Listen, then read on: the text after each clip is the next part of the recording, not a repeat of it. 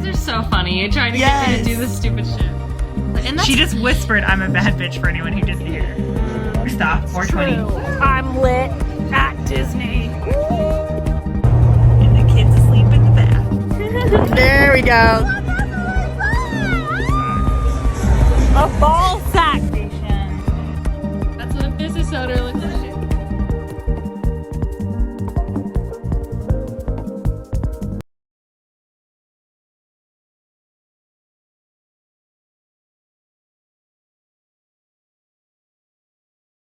Hi, everybody, and welcome back to Tattoo Homewreckers. I almost forgot the name of our podcast just now. My name is Callista, and this Lou Bear. is Lou Bear. How are you guys doing today? What? Why are you asking? I don't know. Like, I don't know. I forgot. They can respond? Actually, we're a podcast where we talk about tattoos, life, and everything in between. It has obviously been a couple weeks, so that's why we're a little bit like raw. I forgot our slogan too. That's crazy. Okay.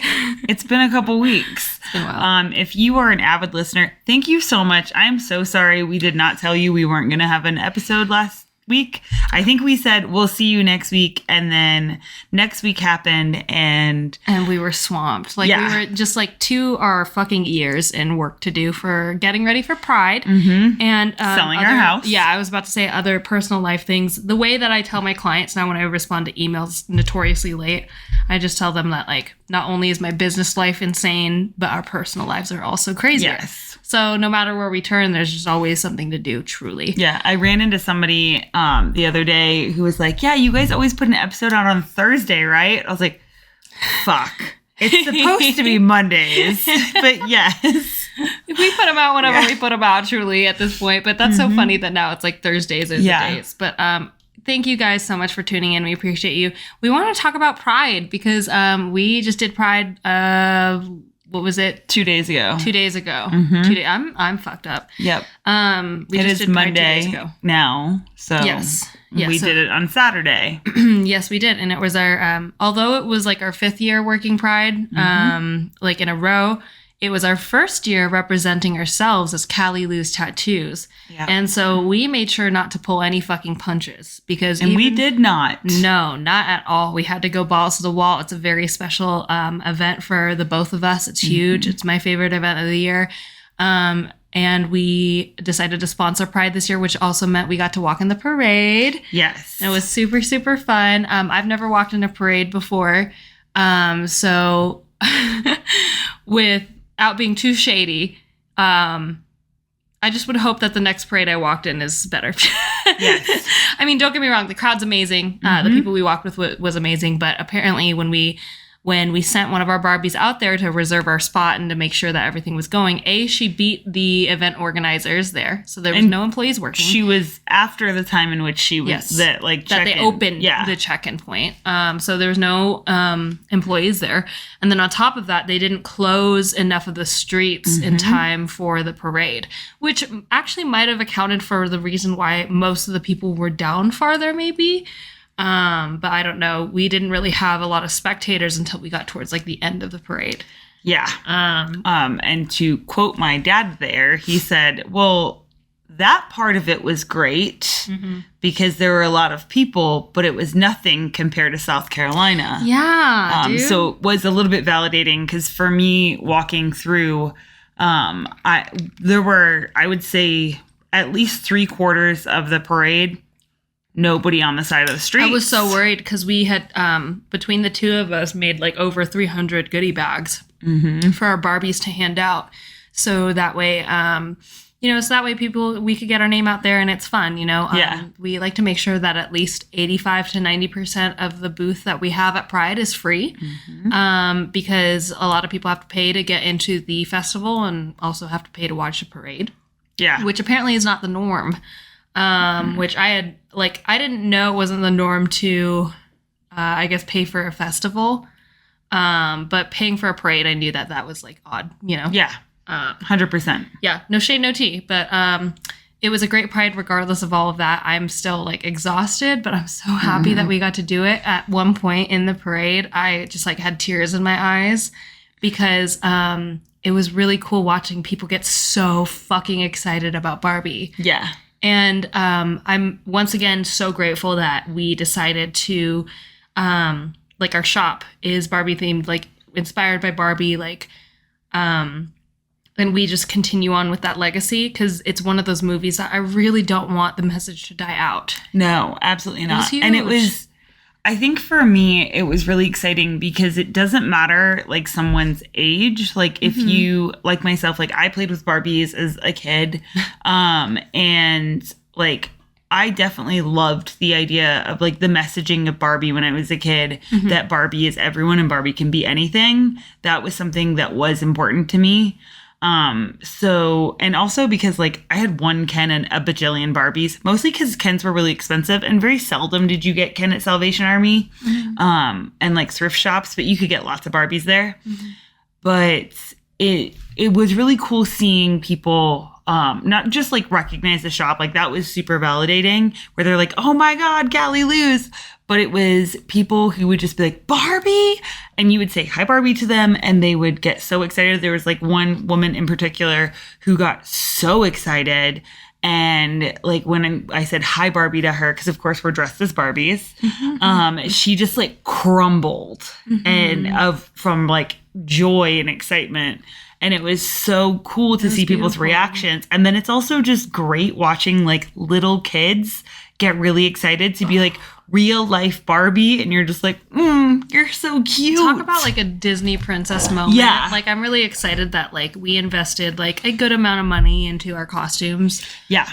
To make sure that it was. You want to talk about your costume for a second? Absolutely. All right. How many costumes did you go through? So I went through 2 pants during Pride because this ass cannot be contained. Nope. They were definitely standing pants. So my first pair of pants, the smalls, immediately broke them that morning. And I was like, fuck, because I bent down to like go and reach some stuff. And I should have known that like, okay, like, you know, we're still getting shit ready, still loading shit. Like these are not the pants to load shit into the car. But luckily I had bought like a second pair that were a size up. So I was like, okay, those are cool. They'll be ready for the parade. They'll be ready for the festival. They lasted me through the parade. And then halfway through the festival, they also got busted through. Yep. Which, thank God for my little cowgirl, like, clutch purse situation, because I was able to just, like, line it up perfectly to cover up, like, the busted situation. But, yeah, I went through 2 pairs of Barbie pants. But don't get me wrong, they are high quality. They're actual pink denim, which is great. It's just, like... the zipper. We just need to replace the zipper. Gotta replace the zipper. And then I also invested in some, like, really nice cowgirl boots. I've never gotten cowgirl boots before, but they are kind of accurate to the movie. They're the closest boots that I could find that were accurate to the movie, because if you watch Barbie, she has these white cowgirl boots that have these gold star accents on them. And I found some boots that perfectly represented that. So I was like really stoked to see those. But it was just so beautiful seeing people get so wowed by it, but also seeing people be like, oh my God, it's CaliLou's. Oh yeah. Like, that part was nuts. That people was crazy. That weren't our clients, because of that course we've there's never 2 met of before. us. Yeah. So like we know all of our clients. Like they're pretty easy to recognize. Absolutely. Because it's either you've tattooed them or I've tattooed them. Yeah. And so, yeah, watching people who we've never met idea. before. Yeah. And we had several people come up to us in the festival being like, oh my gosh, like I follow you guys, but like I don't, I've never gotten tattooed by you, but I follow you guys. I'm excited to see you guys here. And I had one particular person come up to me during the festival when we were at our booth. And she was like, can I give you a hug? And I was like, yeah, absolutely. So I gave her a hug, and she was just like, I just want to say, like, I see you guys here every single year at Pride, and I found out that you guys are leaving. So I just want to give you a hug and thank you for like being at Pride, because I just like, I see you guys every year. And that was really special, because that's the reason why we do this, is to represent our community, and be there for our fellow queers, because the tattoo industry is still so like far behind in terms of like progressiveness, in terms of celebrating queer people, in terms of celebrating women, in a non like male gaze kind of way, you know, like, well, it's still a male dominated industry, and I think that a lot of people tend to forget that. So it is nice to be in a safe space, And I think that like that term gets thrown around a lot. People are like, I'm a safe space. And you're like, are you though? Yeah. So it's nice to be able to like show up in the community and be like, no, here, like I have no problem showing up, partly because like, I'm part of this community, but also just because like representation matters. Well, I have to say that I'm so grateful that like even for our last Pride in Reno, that like we were able to truly represent ourselves, because we've had a few clients that are like, oh my God, I've wanted to get tattooed by you guys, but like the shop that you were at, I wasn't comfortable with going to. Yeah. But now that you own your own shop, fuck yeah. And we've had several clients even before Pride come in and say that exact same thing. And so it was like amazing being able to like fully and authentically represent us. Yes. 100%. And, like provide the space that we've always wanted to provide, because it's different when you're working for somebody else and the culture is different, and like over 50% of the artists don't agree with the same values that you do. Yes. You know? Well, and there's only so much you can do to provide a safe space for your client when it's just your booth, but you're surrounded by a lot of people who don't think you should have rights. So yeah, that's really hard. And I think it's because like the client that had told me that same thing, like one particular client had told me, and was like, look, like it's well known that is not a safe space. And like they were talking about their partner, and they were like, yeah, we knew you guys were a safe space because we met you at Pride, but we couldn't go there because we knew in the community that wasn't a safe space for us. Totally. And that like for me at the time was heartbreaking to hear, but it was also so much like validation around like why it was important for us to open a studio to be able to genuinely create a safe space for us and in turn for our clients. Yeah. And 100% represent that. Because like there was only, again, like we could guarantee that our booths were a safe space, but like the rest of the shop was not. Yeah. And so to be able to be like, no, this studio, this whole studio is committed to making sure that our community has a space in which they can feel like they're being heard and they can fully trust their tattoo artist and fully know that like, you know, we're on the same page. And if we're not, we'll do our best to get on the same page, you know? When I think one of my favorite parts about being able to represent ourselves was that like our people got to be there, like Cole and Rachel, and my dad was there and Caboose was there. And watching them like thrive, like Cole was, I don't know how to explain it, like the band director of the parade for us. Hype Barbie is a well-earned title that Cole got. We made hoodies, like staff hoodies before the event because we thought it'd be like extra bougie for all of us to show up rolling in the same like, you know, like you can tell we're all part of the same crew. Now, did that necessarily happen? No, because it was so fucking hot already. Yeah, I had been following the forecast and it was supposed to be cold that morning. And then it was not cold at all. It was particularly warm that morning. Melting. So we didn't wear our hoodies in the morning. But it was so much fun for us to be able to like make them hoodies. Yes. But then like every single person like felt amazing like into these like roles. And I think that's another one of those beautiful parts about like having our own shop and then having like that be able to expand beyond just us. Absolutely. Absolutely. So, and everyone had like a different like saying on their hoodie. And Cole, great job because you are Hype Barbie through and through. Oh my gosh, crushed it. It was amazing. And Rachel is so organized, so amazing, so calm and collected throughout all the chaos, which is like, I'm like so impressed every But then the time. hula hoop, dude. Oh, yeah. She's like walking in the parade, like doing hula hoop. And so I'm like, you know, trying to wave at people and then getting distracted, being like, but I just want to watch you hula hoop. Yeah. And she does it so casually too, like doing like tricks and with one arm. And I'm like, just like hanging out, just like, all right, cool. I can just do amazing. So cool. Yeah, and of course, all of our parade Barbies. So we invited a bunch of our clients and actual like to be clients. Like it was actually an invitation to the public, the general public. If you follow us on our journey and you just want to meet us, or if you just want to walk in the parade, come through. Like we would love to have you. And so we had a bunch of people sign up. Bunch of people showed up. Some of them were clients. Some of people were clients to be, like had like a consultation scheduled in the future. And some of them were just friends of people who, you know, were like involved with us. And all of our parade Barbies were amazing, handing out things, blowing bubbles, just being so energetic. about the whole thing. Despite like all the bumps in the road that we had, for example, our street not being closed down, crazy, and taking a really long time, honestly, to be able to actually walk in the parade. Oh, yeah. Like way after the start time, we were just like standing there, like hanging out. And the actual parade route was, I would say, less than a mile, which like coming from like South Carolina, like Pride, it was, like when I was looking at it, I was like, oh, this is like not it's gonna be a short parade that I'm used to, where it's like big and amazing. Instead it was like a much smaller thing, which was really surprising for me, like from such a big city, to be like, okay. And we usually don't do the parade because we're usually like we're just vendors. We're just vendors. This is our first year doing the parade. So we'll typically like just take the time during the parade to like finish setting up. We'll have some people come by the booth, but then we're like finishing setting up. So then that's where I have to give a shout out to my amazing Ken, who was at the booth holding down the fort and also getting all the stickers. Shit that we couldn't get done. Yeah, all the stuff, because of course in us fashion, we very much overcommit ourselves to the amount of things that we want to do.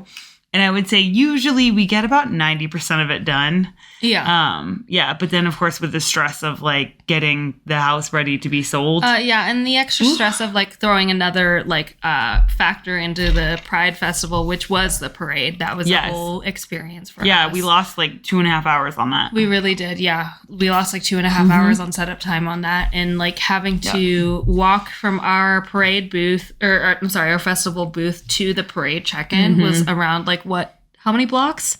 A lot. It was 12 blocks. 12. So we had to walk. Our booth was 12 blocks away from the check-in point of the parade that we were supposed to gather in. So that was crazy. Yep.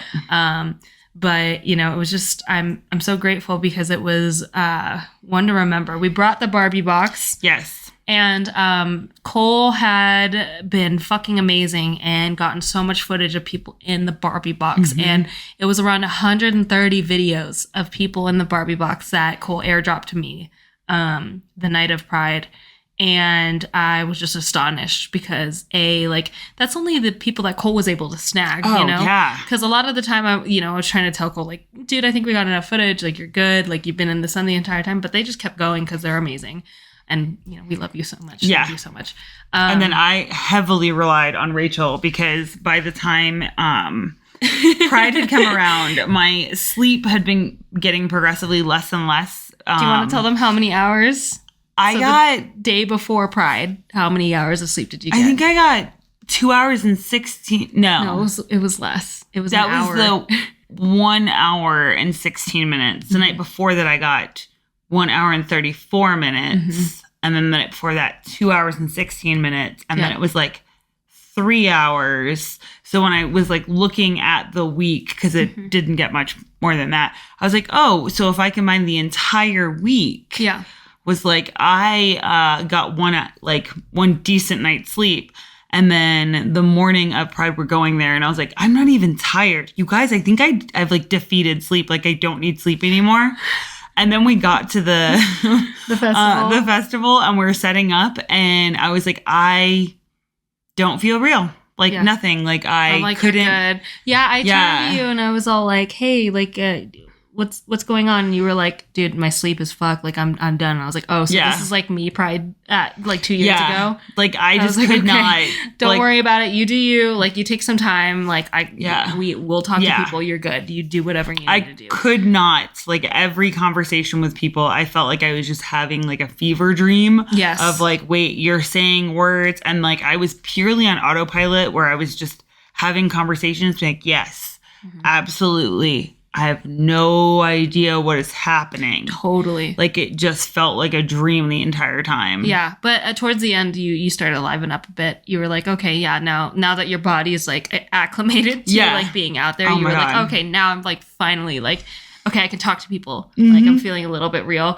It was crazy. And so, like, I heavily relied on Rachel to be like, please, for the love of God, talk to people. Because I would just be, like, staring, like, she did an amazing job checking people out. Like, she did not need any instruction. She's like, I got this. Like, all she needed was my phone. And she's like, boop, boop, boop. Like, easy peasy, lemon squeezy, everything was I know. done. I didn't check a single person out because I, like, went to pick up the phone. And I was just staring at it, like, wait, what like buttons are moving. what? I was like, how do I sell this raffle ticket? I was like, I have no idea what's happening. Yeah, totally. And then the wind was insane. So we got this like dope ass sticker tower.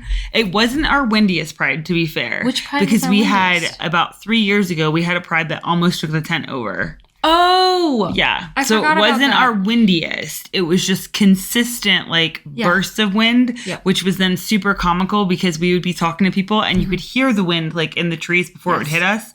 And then because we had stickers fly everywhere, the moment you'd heard the wind, everyone was just throwing their arms out trying to catch things. Can we talk about how cool it is, though, that our team, like, needed just one instance of our shit getting knocked over and everyone was fucking on it? At that point, we were like, no, it's not happening again. But yeah, you'd be in the middle of talking to someone, then you would lunge for the table, and I would have to be like, I'm so sorry, because they'd be like, oh, because sometimes it was fake wind. Like you'd hear it, and then for some reason it wouldn't hit, but then all of us would brace. Yeah. Like, hold our shit. Like and then Hedge, so my dad, Hedge and Caboose were like constantly restocking like the shirts because we were just going through shirts like crazy. They did such a good job. So and every time I'd go to be like, oh, I see a coat hanger, Hedge would be like, get away from it, I got it. Yep. And I was like, well, there's a coat hanger. He's like, they literally just got a shirt. It was so funny. He's like, no. It was really nice to have like the whole like crew together. It was so like, I don't know, it just felt really like home. Like it was cool, but it was hot as fuck. How organic everyone's like roles became. You know, like everyone was just like, okay, cool, like just settling into their roles. Yeah. It was beautiful. It was a wonderful, wonderful Pride. Yeah. What was your favorite part about Pride? My favorite part, I think it was just like having all of us together, like how easy it felt. And then there were so many like little kids that got so excited. So about a week ago, I had this like idea of like, oh my gosh, we should do us on a tarot card that says the Barbies, and we can order it as a sticker. And Callie, being Callie, just like busted it out. She's like, okay, I got this. Done. So while I was working on other stuff, she knocked that out. We ordered that sticker and it was so cute because I'd like hand like the kids stickers and then you'd see them like be like, oh my gosh, Barbie. And they look at the stickers and be like, the Barbies.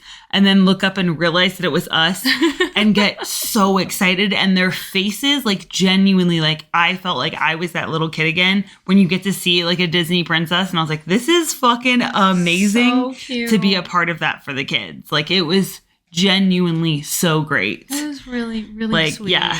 It was one of the sweetest, like such a wholesome moment. I'm like, oh my God, stop. Like I don't know. I just felt so appreciated. What was your favorite moment? I would say my favorite moment about Pride was probably, besides Tokyo Sushi afterwards. We'll talk about that in a second. Because that shit hit. Yeah. My favorite moment in Pride was, I got two. When one of our beloved Pride members came up and just asked for a hug because she said that she sees us every year. I felt very appreciated. Like, I was like, oh, I feel so seen. Like, you're the reason why we do what we do. And then B, the actual parade, because again, watching people lose their fucking minds over the fact that they're like, oh my God, it's CaliLou's. Like, it was so cool, so sweet. So I would say that's probably my two favorite moments. What was your least favorite thing about Pride?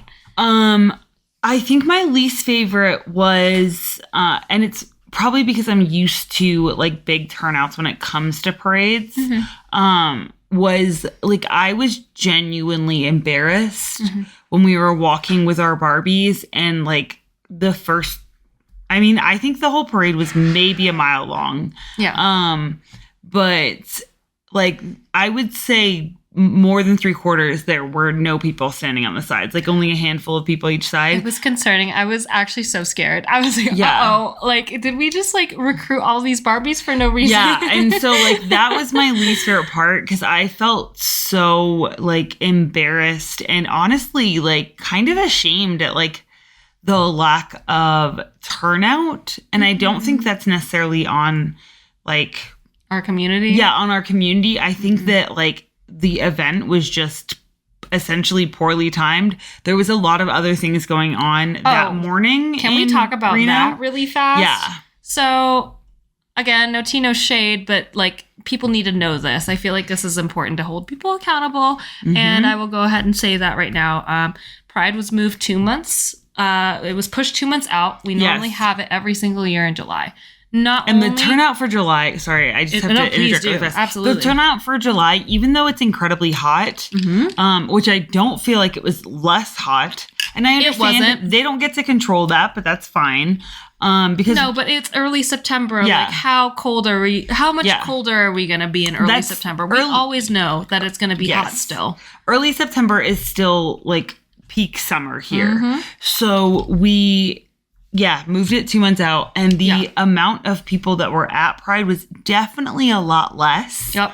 Normally when we get to a point where we check our phones to see what time it is, it's like 5-ish. Yeah, once our booth starts to get slow, it's usually around about like 4:35, and that's when we'll be like, oh my gosh, now we can if anyone has to go pee, now is the time. Yeah, we have only got a couple hours left. Like, do your thing, go grab food if you need to. Yeah, totally. So not only was it pushed 2 months out, I feel personally that the PR wasn't like as good as it should have been. Oh, 100%. Yes, because when you've done an event that is consistently in a specific time, aka or a specific month, July, and you decide to change it up, your PR for that event needs to be way crazier than it has been in previous years, because the general population is used to it being in July. So if you're not consistently hyping it up, making it huge, making it important, making it known to the whole community. I'm talking about flyers. I'm talking about great social media. I'm talking about like actual in-person networking. Then people aren't going to know that it's 2 months away from the original time. Yeah. I mean, even for us, being sponsors, you get merch to give out to people. And we had to ask for that. We had to chase and chase people up to be like, hey, and they weren't resharing stories.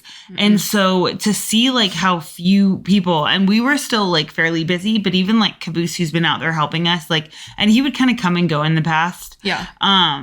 Was the turnout was not what it was before. Yeah. He was able to find parking hella close, and he was just this is not what it was.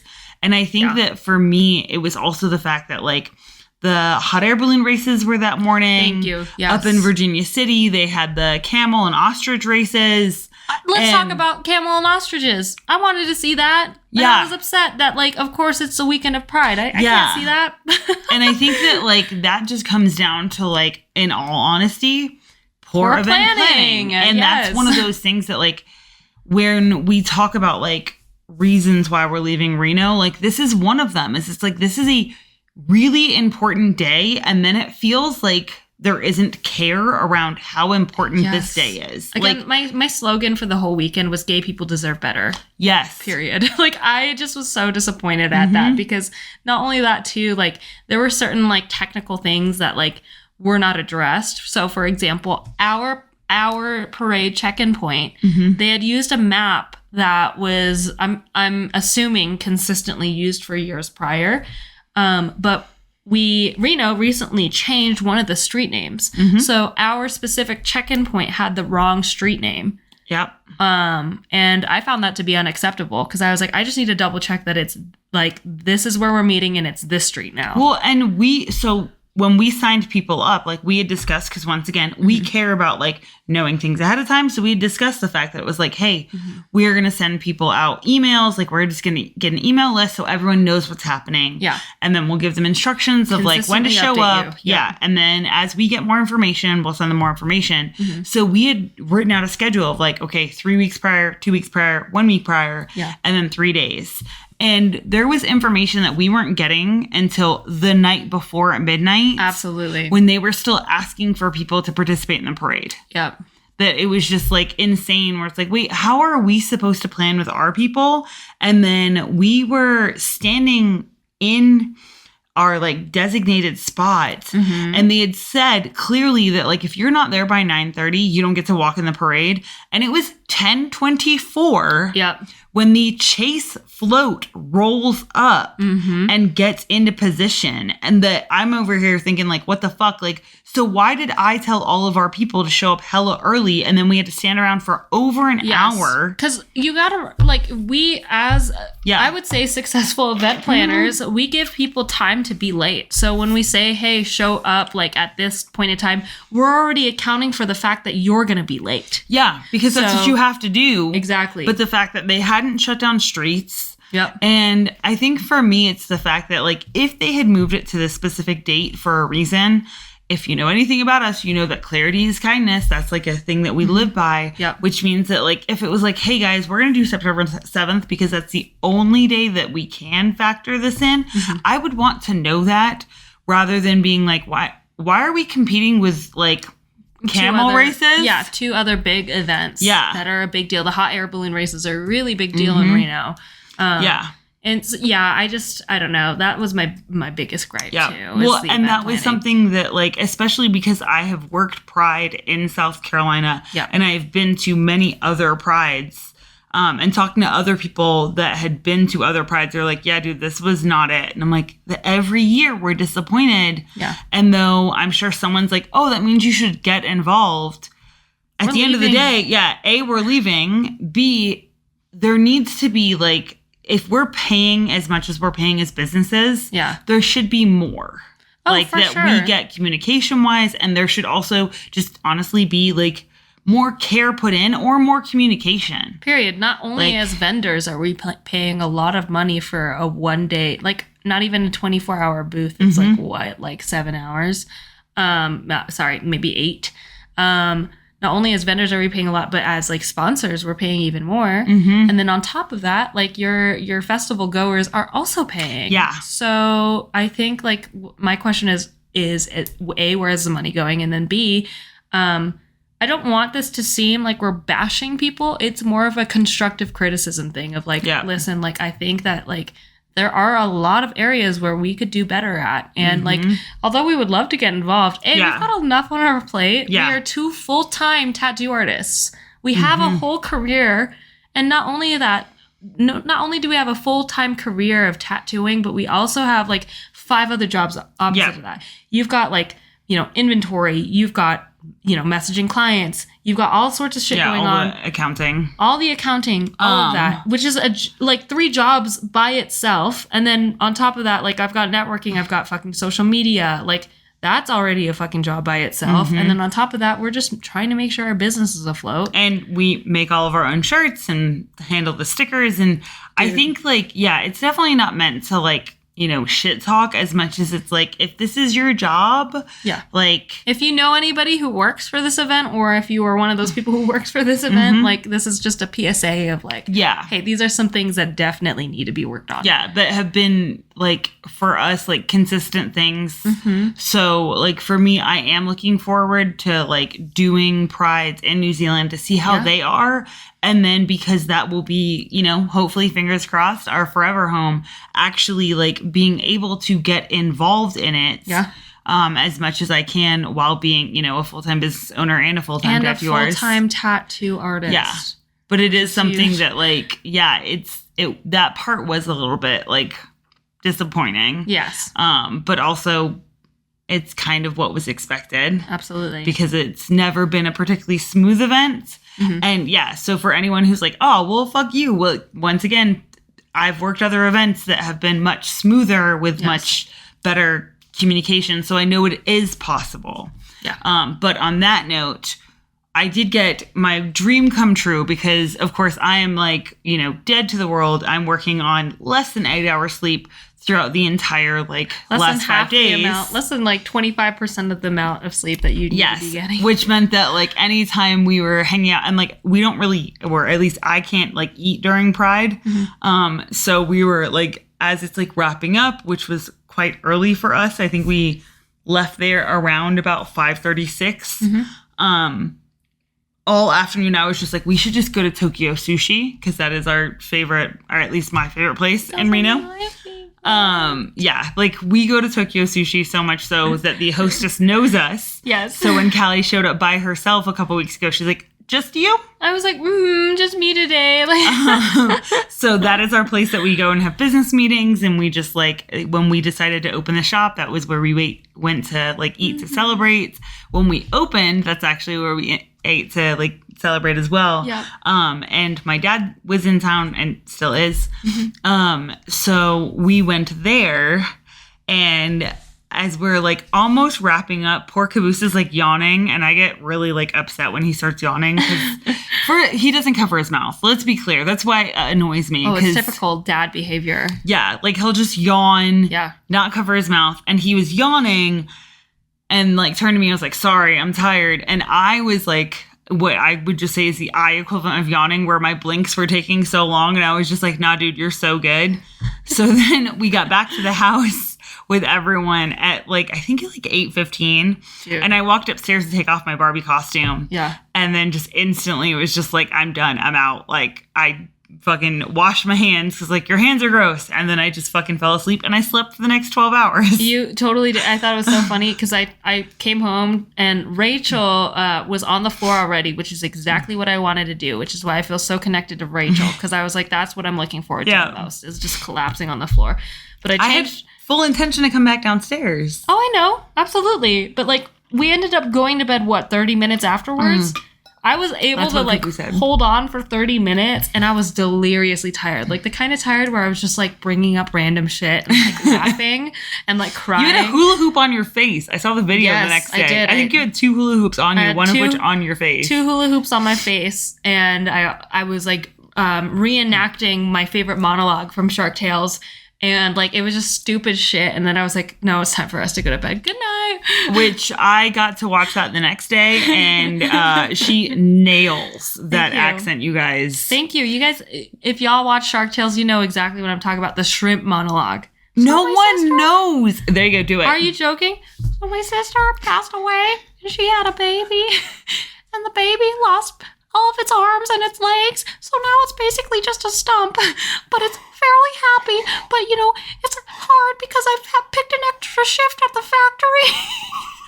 I love that fucking monologue. I need to watch Shark Tales. I never watched it. Will Smith is in it. Can we talk for 1 second before we leave this Pride episode about the unhinged cartoons that you watch? Oh, yeah. And then after I reenacted that whole monologue, I was like, do y'all fuck with Max and Ruby? And no one has ever seen Max and Ruby. Because you're a child. We're all adults. Way after your time. Yes. And it's a show, for those of you who don't know what Max and Ruby is. A, it's unhinged. It explains a lot about the things that I enjoy. B, it's about 2 bunny rabbits, Max and Ruby, Ruby and Max.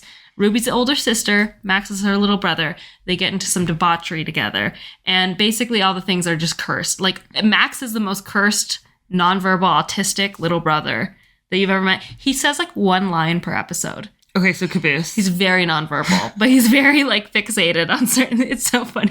So Caboose. Basically. It's just amazing. And so they've got like Tooth Fairy Slug.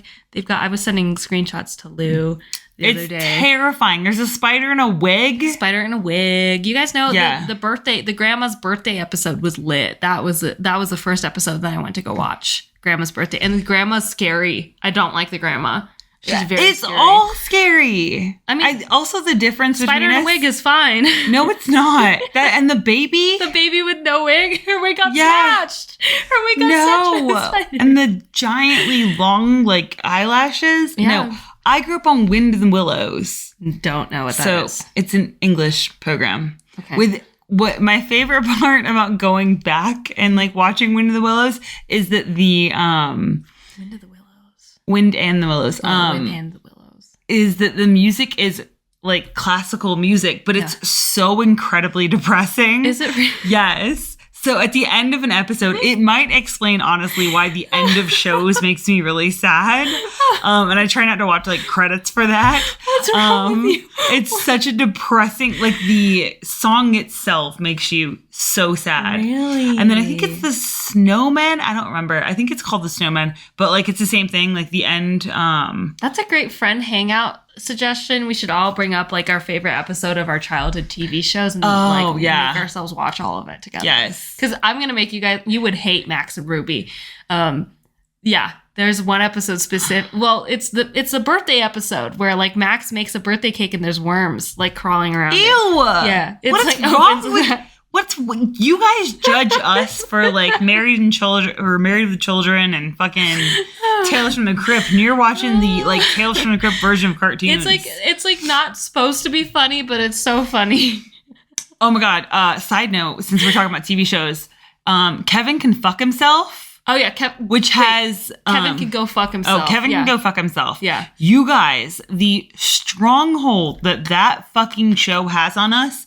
Here's the thing. Think if Black Mirror were to do a like parody of a sitcom, it is phenomenal. I do not know. Apparently, it's on the second season. Mm-hmm. Thank God, because we binged the whole first season while we're like getting ready for Pride. Yep. We would take the like little bit of time at the end of the night to decompress, because if you've been around here for a while, you know that like TV is my one like massive comfort item. Mm-hmm. I need an unhide blanket and a TV. Otherwise, I cannot decompress, because I do not like to watch shit on my phone. And honestly, my phone can just fucking get lost whenever the fuck. At some point during Pride, I lost it in a bucket. Yeah, it was gone for a while, but like whatever. It's not my responsibility. Yeah. So not your problem. Yeah, not my phone, not my problem. Except it is my phone, but it's not my problem. It's everyone else's problem. But that's why you just stay around the people that like when we were there and it was you, me, Cole, Caboose, Hedge. I was like, why the fuck? I don't need a phone. Yeah. I could just go lean on like everyone and be like, oh yeah, who needs a fucking phone?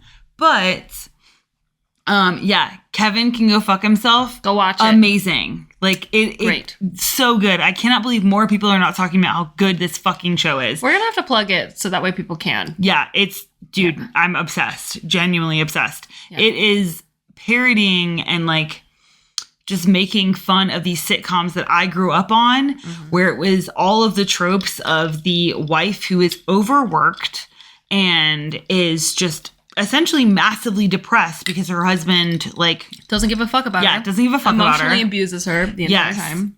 And doesn't even know it either, which makes it worse. Yeah. Makes it so much worse. Caboose and I had that conversation not too long ago about like when it's like, oh, well, I don't know that like that's what's happening. And I'm like, that honestly makes it worse. And that show is so fucking painfully real. Oh, yeah. Because you're watching it being like, oh, this is all the sitcoms that I grew up with, that like it's the fucking wife who's constantly like stressed out, but everyone's making fun of her. The butt of the fucking joke. Yes. Yeah. We're obsessed. I cannot wait like to be able to get into this second season. Absolutely. Yeah. So on that note, you know what we didn't ask at the start of this? Fuck. What does your gender feel like? My gender feels like over it. That's what you said earlier too. Yeah, over it. I'm still massively tired. My slogan, my I don't know, my mantra lately has just been like so much to do and so much to be grateful for, which is like I know that a lot of people are like, that's toxic positivity, but that's the only thing that's been keeping me going. Are you quoting Shark Tales again? It's the shrimp talking. Toxic positivity. My favorite part about that is he says that baby is growing and fairly happy. He's growing and he's fairly happy, but the fairly happy, like when I watched that part, because I was asleep, I didn't get to like enjoy the like hula hoop on the face part while you're quoting that, but I did get to see it the next day because Cole showed me, and the fairly happy made me feel so seen, because I was like, that is exactly how I feel. So I don't. What your gender feels like is a shrimp baby. Yeah, just no arms, no legs, growing and fairly happy. So when you say that, I don't think that's toxic positivity, because I think that is it. Is that like on one side there's so much to do, so much to be sad about, but so much to be grateful for. Yeah. That here we are, not even a year in. Like this time a year ago, I don't think we quit by this point. No, but this time a year ago, we were like in the same place that we are now, which was like working insanely long hours, trying to get everything done. Oh my God, we were. Absolutely. Yeah. I remember for my birthday this time last year, I cried so hard because I was in so much grief of leaving our old our old place that we used to work, but also like being so angry because I knew that this was the right decision. But like, God, I hate that you guys forced me to do this. But at the same time, they didn't force me to do this. It just kind of pushed me into being better and creating a better space, and how grateful I was for that. And here it is 1 year later. Yeah, closing our business. And that's okay. We will reopen as soon as humanly possible. Yeah, we're too hungry. Yeah, we have been, that's something you said the other day as well, that was that we're too hungry to not. Yeah. And so we have been trying to find every single loophole in like how we can open the business as soon as possible, so we can just keep CaliLou's alive, and hopefully there's like a 6 month to maybe a year hiatus. Yeah. But like how to come up with the funds to reopen, how to come up with the like legal side of reopening a business in a different company when you're not, or in a different country when you're not a citizen.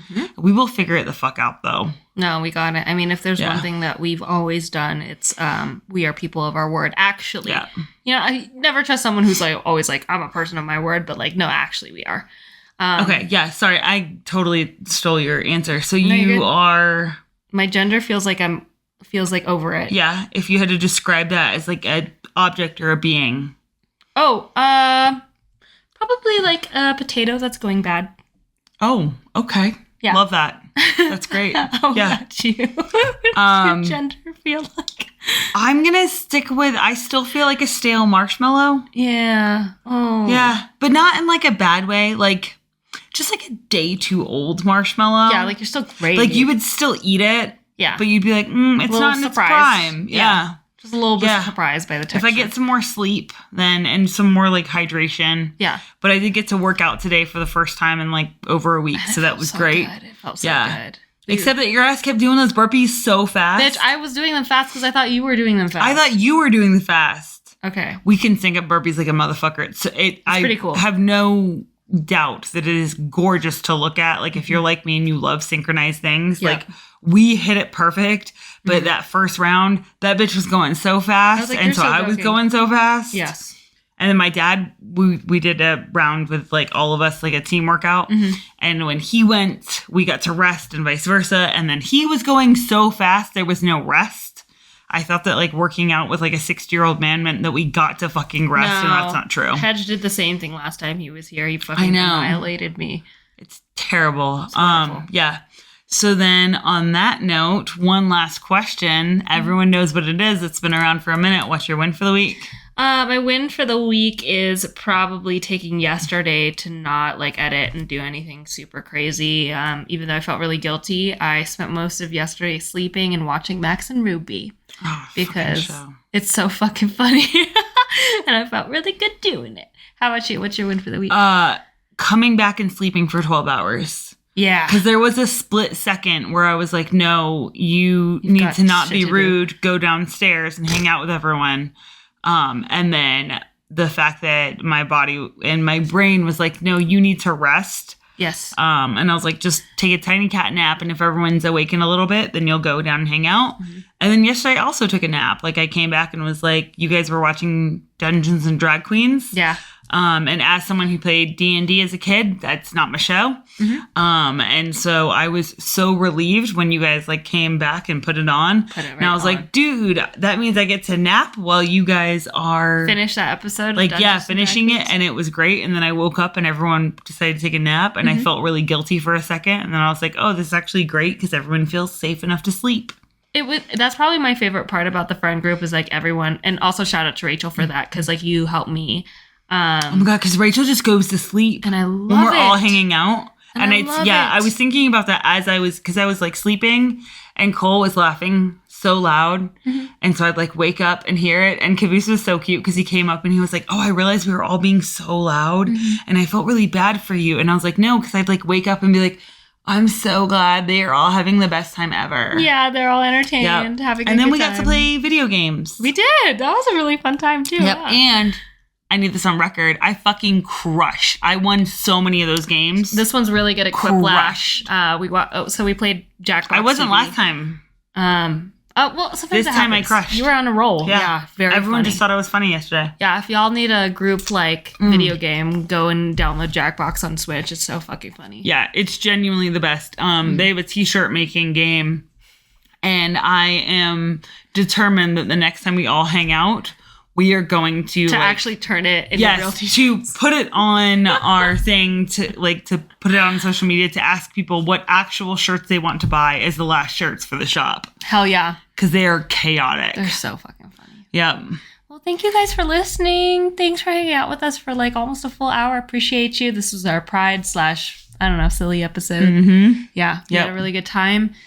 Reno, that's our last Pride. That was it. And that's a wrap, my guy. Hopefully things get better as far as event planning goes. Again, if you know anyone, then it's constructive criticism, all right? Yeah. Don't come for us. I'm just saying, no tea, no shade. Just there's some things to be worked on. Yep. Period.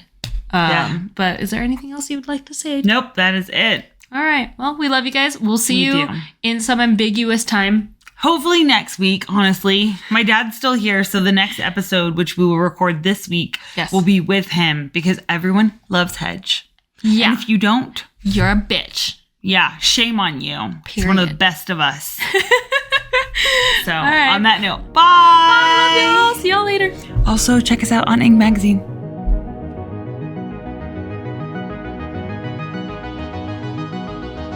Like a fucking maniac. You're just over here haphazardly pouring everything. I raw dog life. You really do raw dog life. Oh, we started.